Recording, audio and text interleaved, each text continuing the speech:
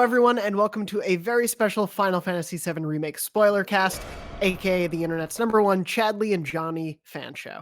My name is Jonathon Dornbush, and we're going to have a lot of thoughts about those two characters in particular. But before we get to those thoughts, I'm joined by Max Scoville. Howdy. Zach Ryan. What's up? And Tom Marks. Hello. So in case you didn't gather by the title of this video, we are going into full spoilers of Final Fantasy VII Remake, and we'll probably be talking a little bit about the original game as well. So if you don't want Remake spoiled, if you haven't finished it yet, put this video on mute, let it play on repeat in the background of your computer so we get video views, and go play the game, and then come back and restart it and watch. Because we're going to go into full story, character, gameplay spoilers. So actually, no, you raised an interesting point there. Like, are we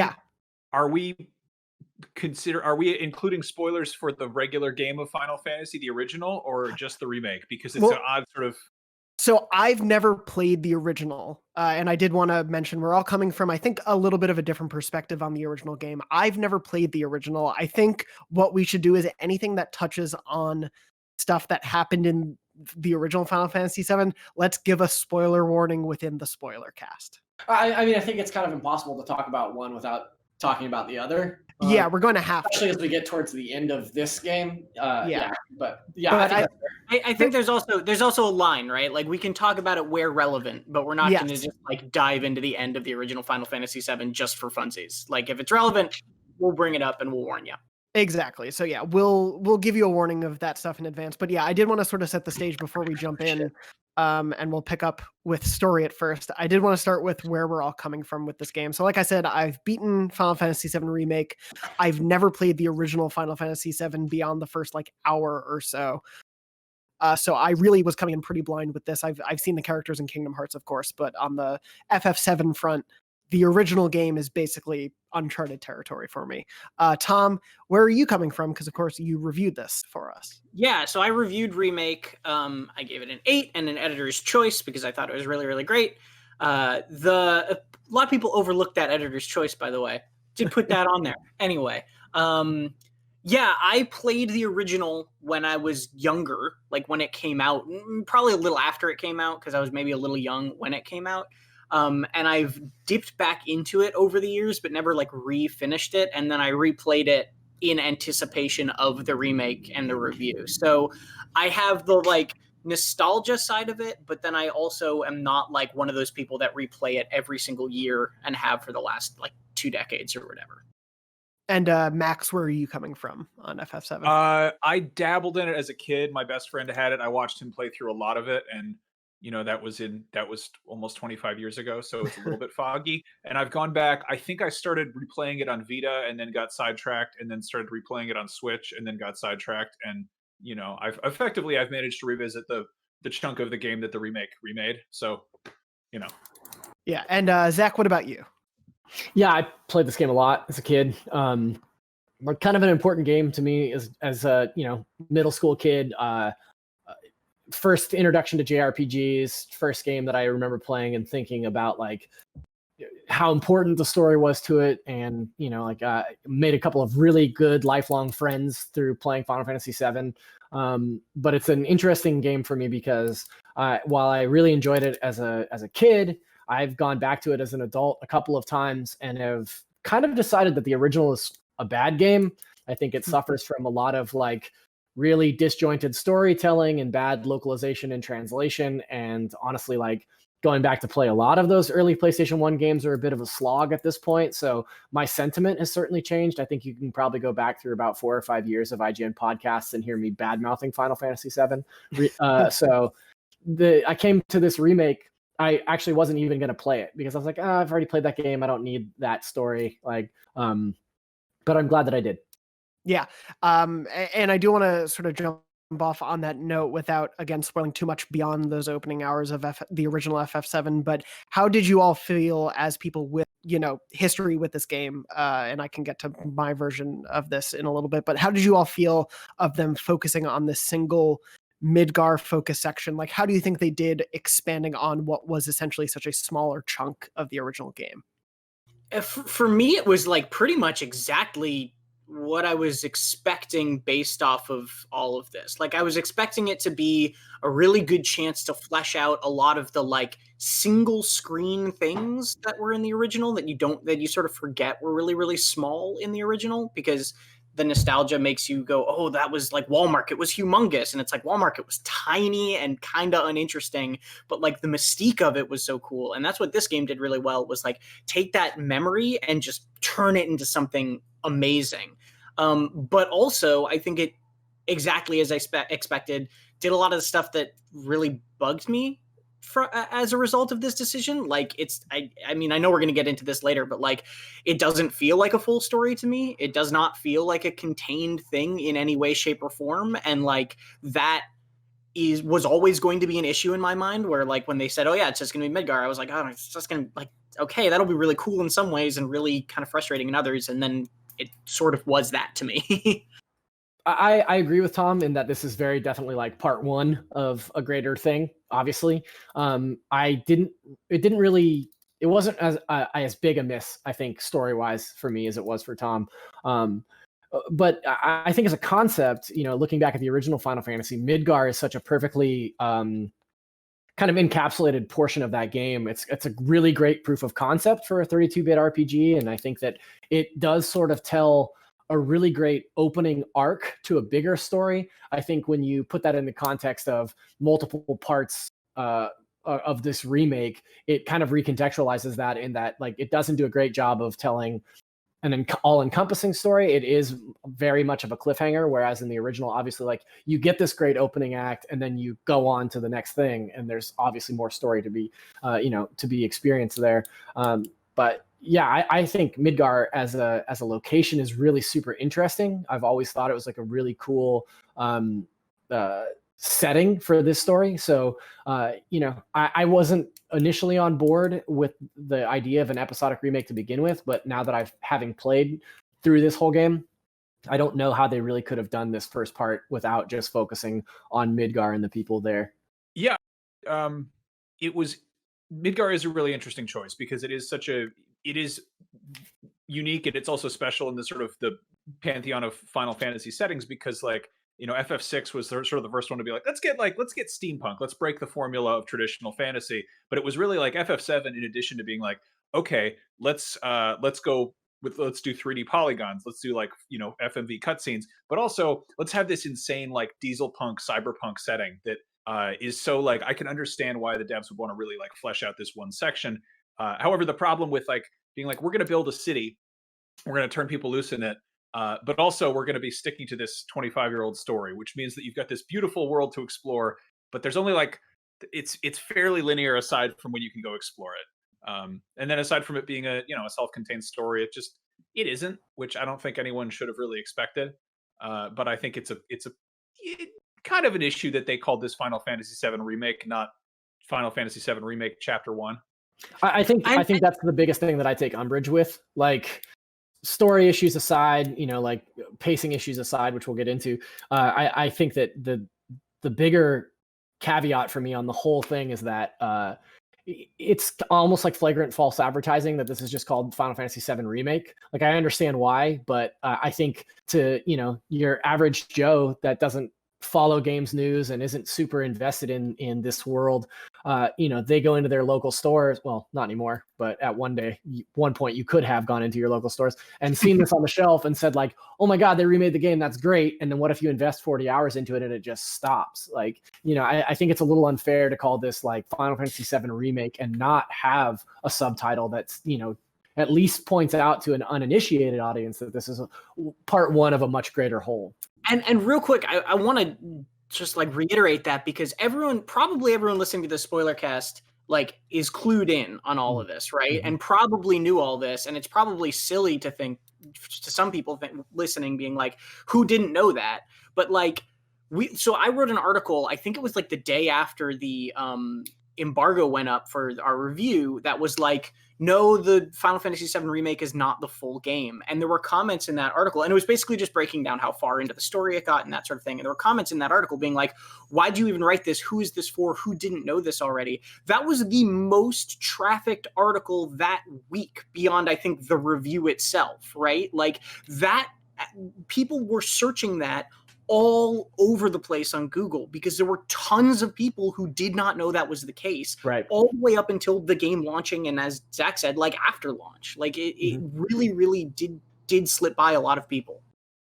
I mean, just for context, this was such a huge game, because a lot of people, I think, who have maybe grown out of gaming or moved past it, or like they still have fond memories of FF7, for PlayStation 1. I saw like New York Times, Hollywood Reporter writing up pieces about this, and it's one of those things where like people perk up, and even if they're not cued in on gaming. So it is like, I think it's kind of a faux pas on Square's part to not be a little bit more crystal clear with that messaging. Yeah, it's a weird choice, and I do want to get to it. I'm almost inclined to just jump to the ending and then work our way backward from there. If that all works for you, it's not a bad idea. Because I do think at the very least, as someone who is aware of this game's sort of relationship with the original FF7, I don't think there's like a good excuse for the naming convention. I do think it is bad advertising. It is unfair to a mass audience, and I do think any sort of part one, a weird Kingdom Hearts subtitle, like this is game directed by Tetsuya Nomura. He's no stranger to subtitles. Right. They could have done something to better point that out. I do wonder, as someone again who has not played the original, the ending of this game, and we're getting into the full spoilers now, very much feels like it is in conversation with the original game and the expectations people had that they were going to just straight remake the original game. Right. And so, the inclusion of the whispers and the breaking of Destiny's pull at the end, to me, implies they will do something slightly different going forward.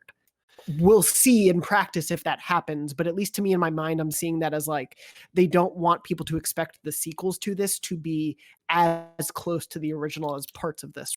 Is extraordinarily meta. Extraordinarily meta. Yeah. It was explicitly the writers of the game, and you can love this or hate this, but like it was explicitly the writers of the game saying this is not what you're going to expect.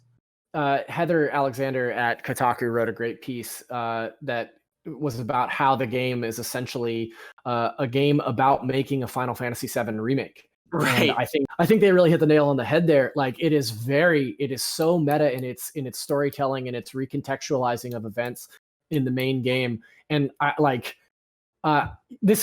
we're early days in this podcast, but I'm just going to gush about this particular portion of this game. Like I think it is unbelievably smart how they're talking about the original versus the new game. Like I love how meta it is. I love how self-referential the game is. I love that there are all these fan theories about how like, do Aerith and Sephiroth, are they the same characters from the original game? Do they know what's going to happen next? Is that like their arc, is that they've seen what comes next and they're kind of shepherding the rest of the crew on this journey?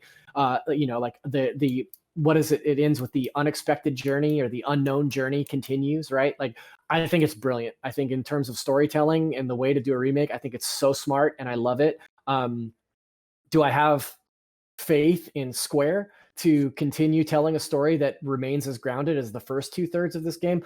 Absolutely not. Like, I think there's real potential for it to go off the rails here, but the way that they've set it up is in this way is like so interesting to me as a person that didn't love the original but knows those story beats, is like, oh, this rules. Like, this is such a cool way to retell this story where you can use the bones of the original but do something new and exciting and unique.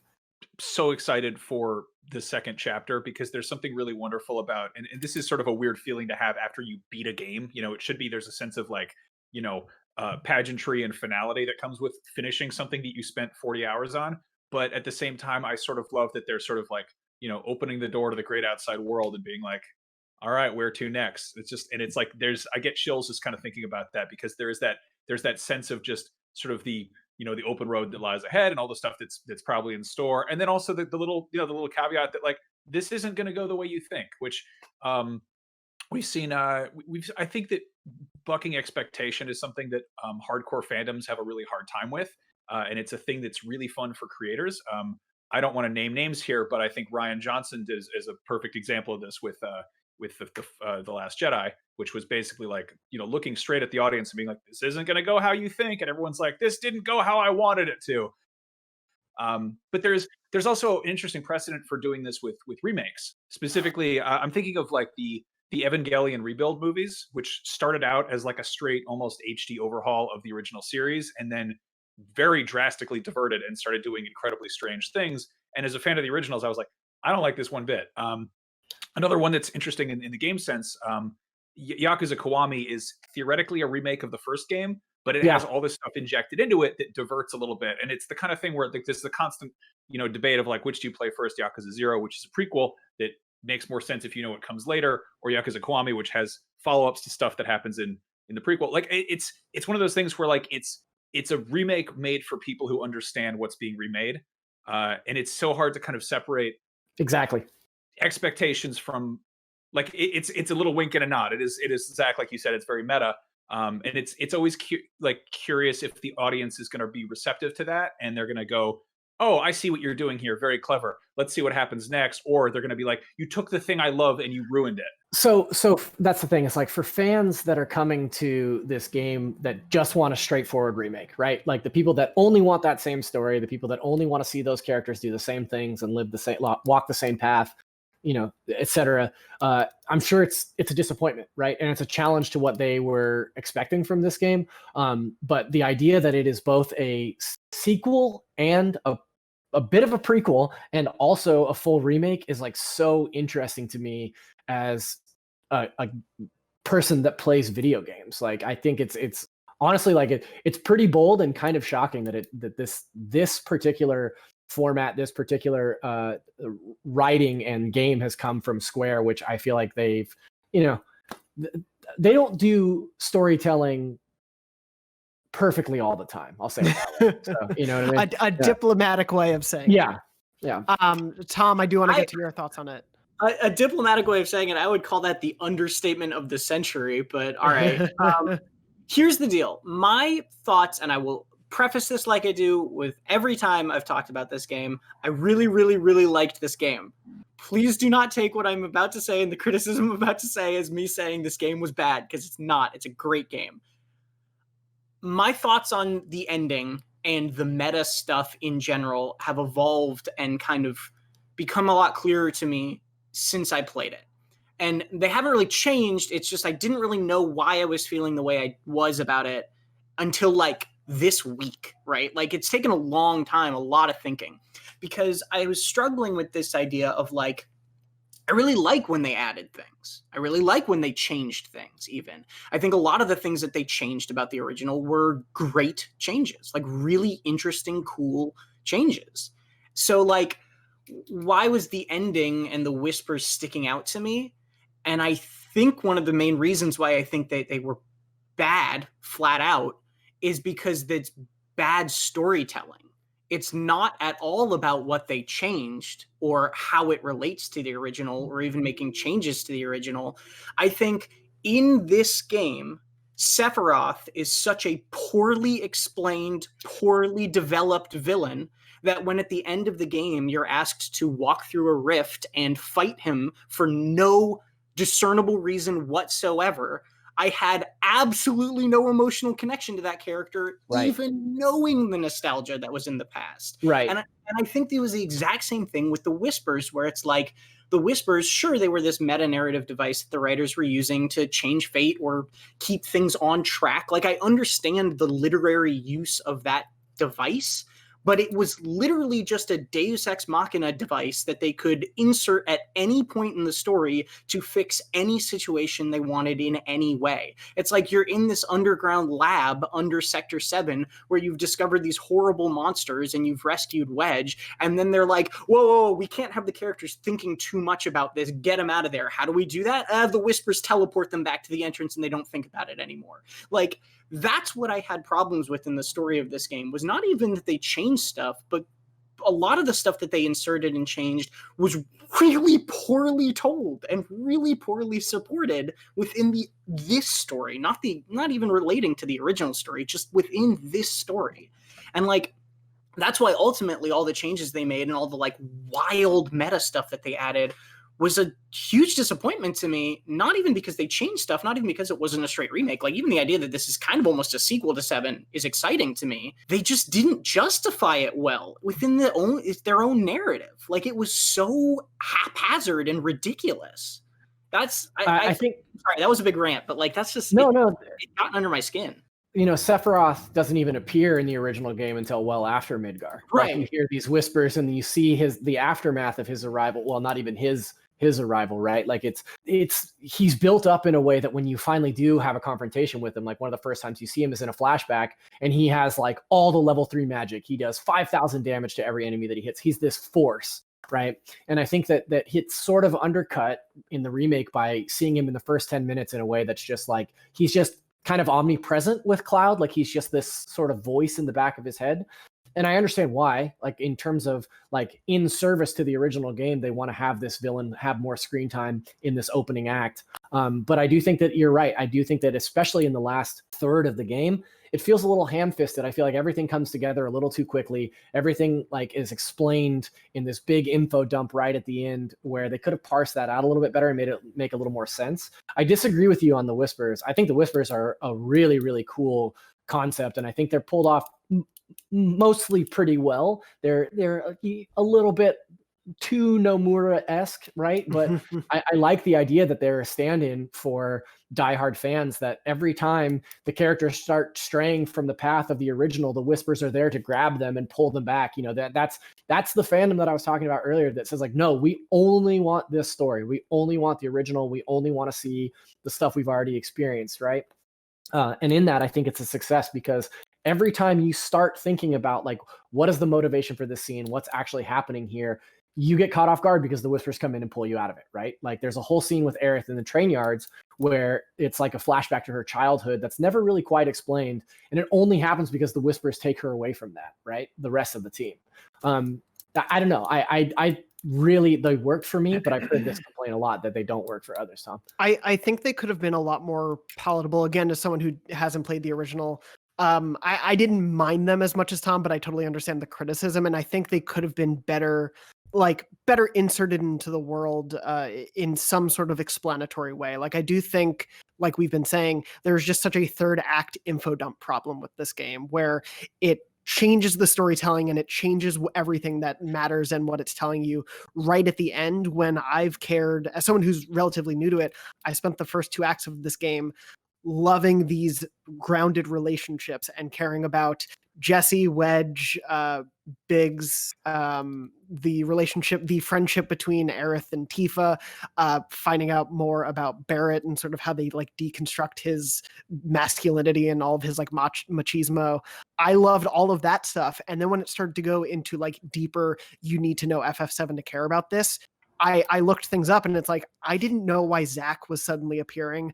Right. I didn't know who Kate Sith was for 3 seconds. Like that stuff, when they started to dive into like, okay, now we're like really connecting ourselves and reckoning with what we're doing as a story. They could have started seeding that stuff in a more prevalent way, I think, earlier on.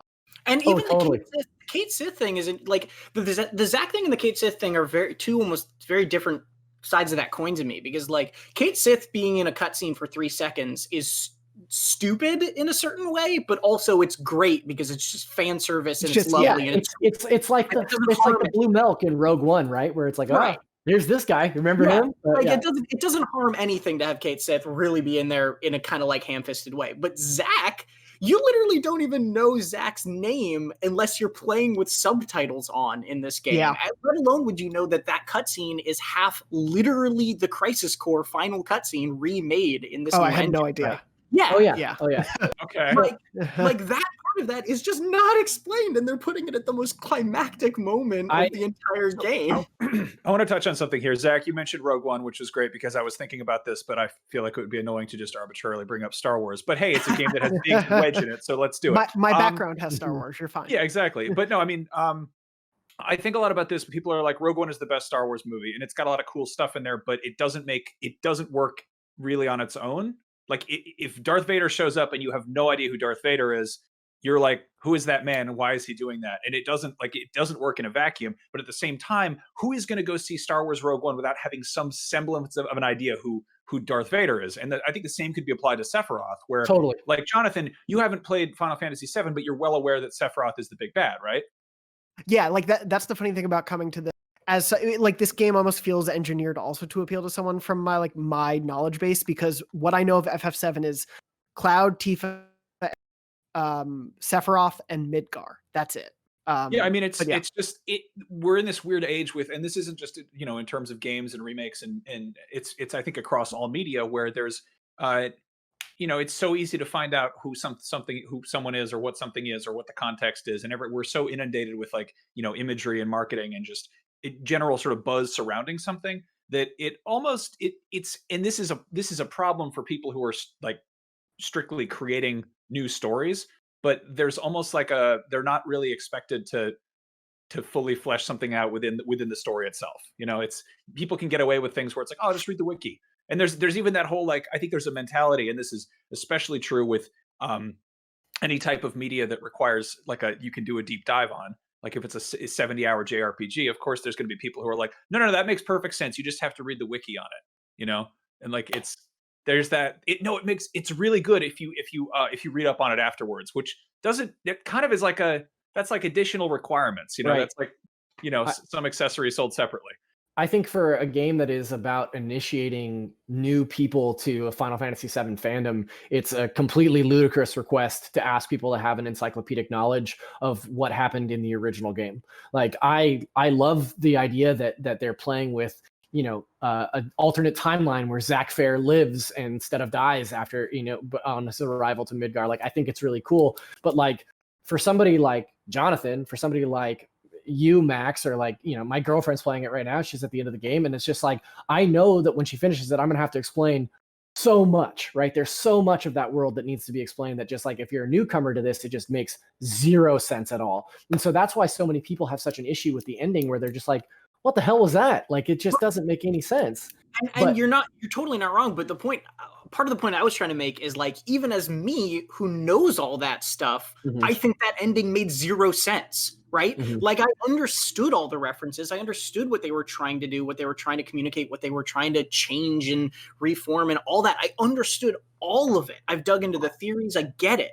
But like, just as a contained story, it didn't work for me. Like even as someone who knows all that stuff, I don't care about a 3-phase fight with Sephiroth at this point in the story because I don't know anything about Sephiroth within. They didn't earn it. Like it wasn't. Right. It was kind of just expecting it to click. There's a perfect analogy. There's a perfect analogy just a little bit before that where you meet the mayor, right? You meet the mayor in the Shinra building, and he's like holed up in the Shinra building, and he's this like Shinra puppet, and this is all information that's given to you in one cutscene, right? Like, oh, yeah, I've been here this whole time. I work for Shinra. Right. I'm on the Shinra payroll. Blah blah blah. And you're like, okay, got it, okay. And then he's like, I'm the mole. I work for Avalanche, and it's like, who cares? I just met you, dude. Like, that doesn't matter to me at all. Like, they could have seeded him so much earlier in the game and built out this idea that the mayor is this corrupt, like, mouthpiece for Shinra and blah, blah, blah. And then when that turn happened, you would have been like, oh, that's crazy. It's this guy the whole time. But instead, they just dump it all in one cutscene. And you're like, well, that doesn't mean anything to me. Like, it's a great idea, but it was like poorly executed. And I see what you're saying. And I should also say, like, I feel like we're all kind of ragging on this game. I love this game so much. Me too. Like, get excited. I think it's freaking phenomenal. And like up until the point where you enter the Shinra building, this game is like a 10 out of 10 masterpiece for me. Like I absolutely love it. I think it falls apart in the third act, but like I love all the rest of it. So yeah, I do want to get to. I think this game has like has my like already my favorite moment of gaming this year, and that might get usurped because there's a lot of other big stuff happening. But the first time the second this was announced, the second this was revealed, we were all like buzzing. We're all so excited. My first question was like, how are we going to fight a house? And all through the entire early portion of the game, I was like, when are we going to fight the house? And you go through all the tunnels and stuff, and I'm like, I hope a house jumps out. I have to fight it. And I was just like, I think they got to do it. They got to have a house. And I reached a point where I'm like, I should probably just. They had to make some concessions. They couldn't do everything. And then the second they bring out the Hell House, I lost my mind. I got so excited. I started shouting, like just jumping up and down. My dog started barking, trying to bite me in the leg. I was so excited. And then Cloud's first question was, how are we supposed to fight a house? And I just I lost it. It was so perfect. Like that was it was a colossal house-sized wink and a nod to everything so wonderful about the first game. And I do want to get into all of that stuff now because we could probably spend the next 20 minutes we only have 2 minutes left talking about the ending. I almost feel like we need to do a part 2 to the Spoilercast. Yeah, but we shouldn't put part 1 in the title for this one. It has to be. Oh, a no, of surprise course. part Why- two. why- Yeah. No, we're gonna put a weird subtitle on the second one. Don't you worry. But so yeah, let's get into, because I think we could talk about the world of Midgar and some of our favorite moments and characters in tandem. And I think Hell House is a really great place to start because that is part of a larger the wall market area that Tom was talking about and praising earlier. Yeah, I do think the wall market area is where so many of the best moments of this game kind of come to fruition on a lot of levels. It's incredible, like, you know, the way that the pages that they've borrowed from games like Yakuza, and you know, just like walking into Wall Market for the first time and seeing how different it looked from the original Final Fantasy and how fully realized it is, and you're walking around and you're hearing all these conversations in the background, and like you know, people talking to each other about like the trouble that they're in with like loan sharks, or like their relationship is falling apart because somebody spends too much time at the honeybee, or like, you know, there's all these little, like, more so than in any other area of the game. I think they really like built this one area, and it on like when this game was still in development, I remember talking to our good friend Andrew Goldfarb, and his whole deal was like, yeah, okay, but how are they going to do Wall Market and the cloud cross-dressing scene? And in, you know, in a time where that could very easily, like looking back on the original, you could very easily say that like that's kind of a problematic scene in 2020. And the way that they reframed that and leaned into it, like it's perfectly summed up in the you know, like this absurd dance sequence and like really over the top anime, you know, BS that like I was just, even for a guy that doesn't like love a lot of anime, I said with like an anime t-shirt on, but it really blew me away. And then at the end, you know, the whole message is like beauty transcends gender or race or age or whatever. Like it's about being comfortable in your own skin, and you're just like, that's amazing. Like it's an incredible piece of writing for this game. Like they took what could have been so awful and so bad and made it work so well. Like I think it's such an amazing moment. And it really, like, I agree with all of that. And it really also is cool because they tie the message then into Cloud's own arc in this game of like trying to figure out who he is and what he's doing. And like, it's really weird that they were like, it's kind of jaw-dropping that they were able to take this scene that was so worrisome and make it genuinely one of the greatest parts of the game, and probably one of the best video game moments I've had in a long time. Like, I think Wall Market was just fantastic. I mean, we see video games like left and right kind of, you know, borrowing from genre tropes. Usually it's like fantasy, sci-fi, action and stuff. And that felt like a Baz Luhrmann movie. That felt like Moulin Rouge, but it was just completely just gaudy and over the top and just fabulous. And it was like that. I had like a smile on my face through that entire sequence. It was just so fun. And it's so cool that we're able to have a game that manages to strike that balance between something like that is kind of like colorful and goofy and over the top, but then at the same time there's like, oh yeah, but no, the fate of the galaxy, you know, rests at hand, and there's going to be genetic experiments. It's like that's what I think makes like Final Fantasy so great, is that it is this wonderful kind of, you know, bouillabaisse of just all these different, like it's a little bit cyberpunk, it's a little bit fantasy, it's got genetic mutations, but it's also got maybe aliens and time. It's everything. It's just all in there, you know? Yes. Yeah. I can't remember if it was Nomura or Sakaguchi. There's an interview on US Gamer from a while back where I can't remember if it was one of those two creators, but they were talking about how Final Fantasy VII was approached by this idea of like, this is the first 32-bit era Final Fantasy game. It's the first like big JRPG that we want to bring to the West. It should have a little bit of everything, right? It should be. That's why you have a snowboarding game and a squats mini game and, you know, all this like crazy bullshit that's in there. And I think that there are moments where this game reflects that back really, really well. And the Honeybee Inn, you know, Wall Market is like such a perfect example of that. Like you take something that is, you know, a pretty minor part of the overall game and really blow it out into this huge spectacle, and it makes the game a completely different thing for a little while. And I just like really love that whole part, like that whole sequence. Everyone in this game is beautiful. Everyone is the most impeccably designed human being and is made to be like the object of someone's affection. And everyone is Well, maybe not Red 13, yeah, but I Yeah, No, but, he has speak for earrings and yourself. tribal tattoos. Yeah, Red 13 Yeah. is a He's got handsome dog. mascara on, man. The dog is sexy. Everyone's sexy. In he this has game. like insane human arms that he pushes those levers down with. It's very Yeah. strange. It also do you think they mocap the dude for the dog? I think I so. hope so. That sequence has my favorite line in the whole game too, when Tifa recognizes Cloud. He's dressed in drag or in this dress and stuff, and she recognizes him and she says, "Oh, that hair, that dress," and he goes, "I know, I nailed it. Moving on." And it's just like it's so funny and it's so well delivered. I think that the writing is this really sort of dichotomous affair. I think that there are people in the camp that like really love the writing and think that it's like really, really well done, really well acted. And then there are people that think that it's like very anime and very bad. I happen to be in the former. I think especially considering the translation and localization of the original game being so rocky, that this game really humanizes all of these characters and makes them speak like normal people for the most part is like really really well done. And there's some really funny lines which I didn't expect to like laugh out loud at this game, and I really did.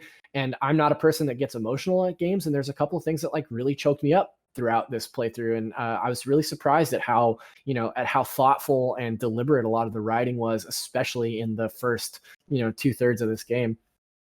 Yeah, I really, as someone who like has an idea of what those first 5-ish hours of the original are, I really respected what I assumed were a lot of the like fleshing out of the main characters, and I think that comes with Barrett, Tifa, and Aerith and Cloud for sure. But I also really, really loved, and I've talked to Tom a lot about this, the presence of Jessie, Wedge, and Biggs in this game so much. Jessie is hands down my favorite, like best girl for me.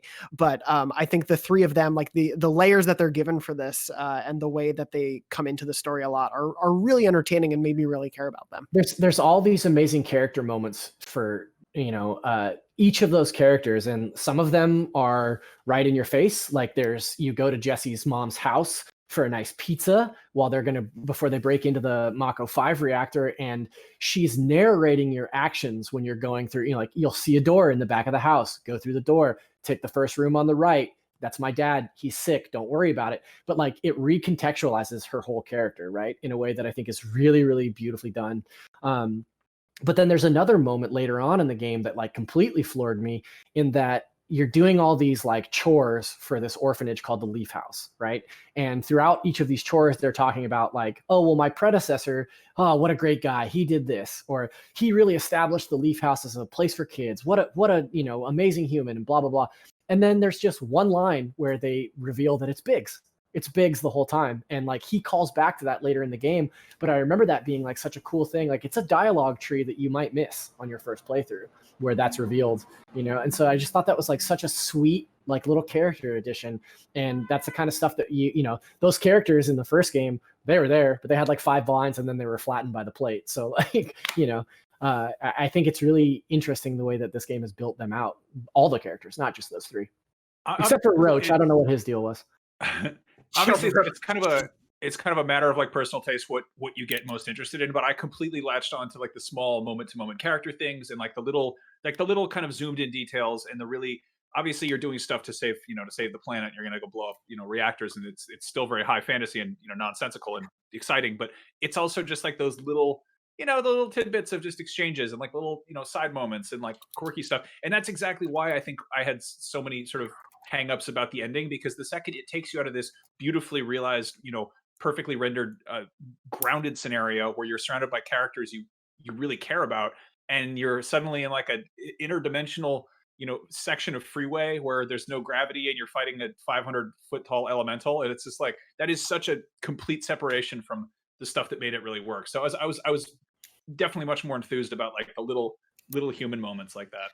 Yeah, I saw that ending, that the giant DC universe ending coming, and I was really hoping that wouldn't be the case. I think that we've talked a little bit about the momentum, like you go through all the boardroom stuff, you fight Rufus, and then Rufus fight rules too. It's a great fight. Yeah, it's a really good fight. Well, there's the Genova fight, there's the Genova fight, and then the Rufus fight, which are 2 of the best fights in the game. And then you have that freaking motorcycle fight that sucks.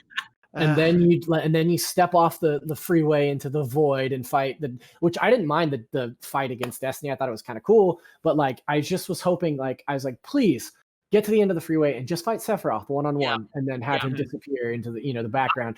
But like I just don't think that, like, as a video game in 2020, you can't have a video game without this like big spectacular ending. So yeah. It mirrors the end of all the way back to the ending again. No, it's all good. It mirrors the end of the original Kingdom Hearts, and I only bring that up because that's like my closest into the Final Fantasy VII world, and obviously Nomura has a major hand in those games. That original game makes this jump from, albeit a weird mix of Final Fantasy and Disney, but you're going through all these Disney worlds, and then at the end it's like, hey, we're going to go to the end of the world, and you're going to fight 12 versions of Ansem, and all of them are going to be progressively more tentacle filled for some. It definitely felt like a weird escalation in the same way when there was a very obvious bunch of Disney villains you could fight at the end. Yeah. But it's also that whole final, like, talking about like the ending, but in the context of the gameplay, like that was a really good distillation too for me of like what boss fights worked better than others in that game, because I think anything that was like the one-on-one fights, like all the fights against Rude and the fights against Reno, I think those were incredible. Like even just the fight against Sephiroth at the end was like really fun, right? Like it was a really engaging fight, whereas like making me fight like the same 3 Whisper enemies 6 times in a row was like way less interesting to me. So I agree. I think that ending could have been a lot stronger if they had just reined it in a little bit and just been like, here's a Sephiroth fight. Yeah. And so let's get to the gameplay of it as we are running short on time. And I do want to talk about specifically, I think the combat changes are obviously the biggest thing for people who are coming from an experience with the game. This one has obviously gotten rid of the time-based or the turn-based aspect of the original game. Of course, that had the you had to wait for your meter. Well, it can. So there is obviously the classic mode, but you're playing. It's kind of a stopgap. Yeah, you're playing an amalgamation of turn-based and real-time gameplay, I would say. Ooh, baby. This combat system is just... I love it. I think it's the jam. Yeah. I think it's the best RPG combat system I've played since probably Final Fantasy XII. Like, I think it's amazing. I love the way that it keeps you on your toes. The battles are difficult. You really have to have the right strategy going into stuff. And you kind of only learn that by getting your ass handed to you. Like I just, it was almost a disappointment to me that there's not like bigger, tougher side quests or post-game boss content. Like that might still come down the line. There is a slot for DLC on this home screen, but you know, like you can fight behemoths and you can do, you know, a couple other side questy things, but like I just want more hardcore like battle challenges in that game. I think that the battle system is like phenomenal. The behemoth fight is fun too. Yeah, it is. Yeah. I would have so welcomed and again, this is my parallel, but in Kingdom Hearts you have the Olympus Coliseum, which is just like round after round of combat. And I know there's a combat simulator in here, but I wish there was something like that fleshed out that we could keep going to. There's also the combat arena in Wall Market. Yes. Yeah, which is definitely the similar one. But yeah, I would have happily taken more boss battles. And Tom, to your point, I think those one-on-one boss battles, when they're really grounded, are some of the best fights in the game. Mm-hmm. Not that the giant monsters aren't fun, because a lot of the giant monsters are fun too. But like, those one-on-ones are super fun, and they're fun. Like they're full of a ton of cool detail. Like I heard about I don't know if you guys heard about the thing with the Reno Rude fight at the end in where if you take out Reno first and then you only use Tifa, Rude has a crush on Tifa, which is why he didn't kill her on like the stairs. And so he won't use his whole moveset. And he'll just like, you can just fight him as Tifa and it'll be like way different. Wow. Like, there's a ton of cool detail like that. Yeah. That's awesome. How did you all feel, obviously with experience from the original game, of how the equipment, like your different weaponry and the materia system was handled here? And is it pretty similar to the original, or is it drastically different? I think with the exception of like the ability to level up your weapons, the materia system is like a pretty solid 1-to-1 the way that it works. The leveling of the weapons is interesting because it allows you some customization of characters, but I think you're going to end up kind of, you know, it kind of falls back into the idea that like you're at the behest of your materia that you equip, and it's you know, you can kind of only build Cloud to be one specific type. Like there's some variation. Like Aerith will always be your healer. You know, like Barret is secretly a great healer, but is like also kind of tanky. You know, like it's a little bit limited in that. See, actually, I kind of disagree. One of the things I really liked about the weapon system and the weapon upgrading was I loved that each weapon basically let you reclass your characters. Like you could pretty much make anybody you wanted. Like, yeah, you're right that, you know, Aerith was naturally a good magic user and Barret was naturally a good tank, but like you could give Aerith the physical weapon and just use her basic attacks and it would like could get you by, right? Like you could give Cloud the magic weapon, and I think that was the mithril sword for him, and like just pump him up with heals and magic. Like I thought that was really, really cool. I also really appreciated that if you didn't want to mess around with that and trifle with it, just the fact that there was sort of like the auto assign or auto like. Oh yeah, always nice, always nice. Yeah, and I mean, I went back and forth on this because like I had a really, you know, early on I was like really engaged with the combat. And then it reached a point where I was like, I kind of want to just get through it, and it's just as easy to like really get into it and engage with it. And you can also, I mean, if you want, you can kind of bash your way through it, you know, like you can kind of just sort of just not pay too much attention to who's got which materials equipped. And I don't know, the weapon system was really smart and clever. I think my only hang up, and this doesn't have anything to do with literally anything, but I wish that there'd been cosmetic outfits. Yeah, like, I wish that there were, because it felt weird to have like such intricately detailed, you know, like bangles and you know, weapons with visible materia slots, and the fact that the world is like so detailed and everything, but then everyone's wearing like the same clothes all the time. You know, like I wish that we'd been able to tweak that slightly. I think that that's a little bit in service to the original, and that those designs are so iconic, you know, like those character designs are, it's funny because like the Final Fantasy series is so well known for its character design, and it's a lot of it is a mono, but this one game is Nomura, and this is the game that's bigger than all of them. You know, I think so there's maybe a little bit to that. One of my favorite things was how like depending how tough a character was, the more Final Fantasy they looked. So you have like random NPCs who just look like they were from, you know, San Andreas or something. They're just like regular video game dudes. People. And then you're like, you've got like, you know, Jesse and Wedge and Biggs, and they're like, oh, you kind of did like some cosplay off the rack. And then you've got like, you know, your core team, and you're like, you guys look awesome. Yeah. Totally there's not suspicious at all either. No, never. So as we wrap up on time here, I do want to quickly ask, I think we're all very excited to see where this goes next. Given that since the game came out, there have been some talk about like where the next steps of this can go, and they've said essentially the team is hoping to release games more quickly in the series, possibly in smaller chunks. Do you think we're going to see like a 10-part series, or do you think they're going to try to keep it contained to 3 or 4? Here's what I'll say that's very ominous, because I don't know the answer. Half-Life and Valve, when Half-Life 2 came out, said, you know what, that took too long. We'll release it in smaller chunks. And they switched to episodes. And then we never got past 2. So I'm really nervous that if they're deciding to do that, a very similar thing would happen. I don't know, though. I don't know which way they're going to go with it. I'm cool with smaller chunks if they end up doing that. It's just riskier in my mind. I would prefer the game to be like 3 or 4 larger games. All in. I think my only real concern is what I said at the top of this is like, I don't really trust Square to tell a grounded story beyond like this game does in the first 2/3.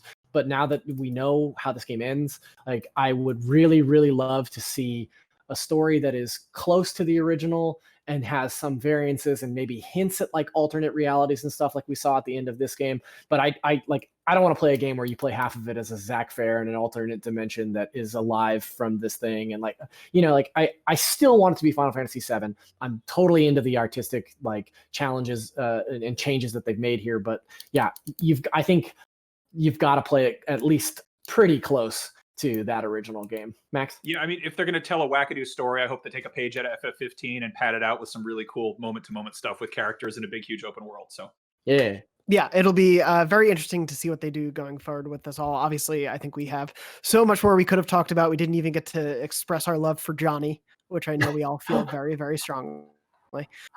But thank you to everyone who watched or listened to this.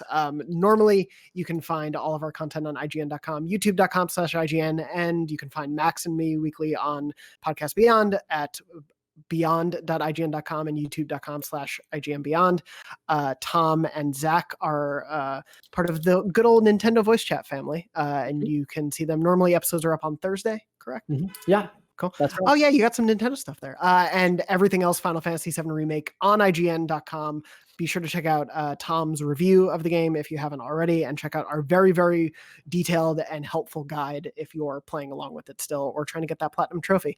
But thank you all so much for taking the time to speak with me about this game. Obviously, we have a lot to say, and please let us know how you've been feeling about the game in the comments. And thank you so much for watching. The first next-generation Inside Xbox is coming this Thursday, May 7th, and IGN's Unlock crew will be there to break down everything it has to offer. Join us at 7:30 a.m. Pacific, 10:30 a.m. Eastern Time to get in on the action.